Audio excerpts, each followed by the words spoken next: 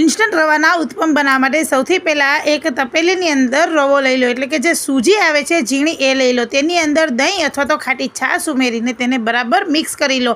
પછી તેમાં સ્વાદ પ્રમાણે મીઠું એડ કરો ને અડધો કલાક માટે આ બેટરને ઢાંકીને રાખી દો, જેથી કરી રવો છે તે સરસ મજાનો ફૂલાઈને તૈયાર થઈ જશે. તો તમે જોઈ શકો છો કે આ રવો છે તે સરસ મજાનો ફૂલાઈ ગયો છે.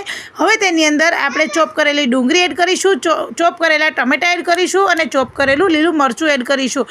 મેં અહીંયા કેપ્સિકમનો યુઝ કરેલો છે, કારણ કે તે સ્વાદમાં મોરા હોય છે પણ સરસ લાગે છે. આ બધી વસ્તુને બરાબર મિક્સ કરી લેવાની છે. ફરી પાછું આપણે તેમાં થોડું લાલ મરચું પાવડર એડ કરીશું, થોડું એવું ધાણા જીરું પાવડર એડ કરીશું અને ચાખી લેવાનું છે. જો મીઠું ઓછું લાગતું હોય તો સ્વાદ પ્રમાણે મીઠું એડ કરવાનું છે.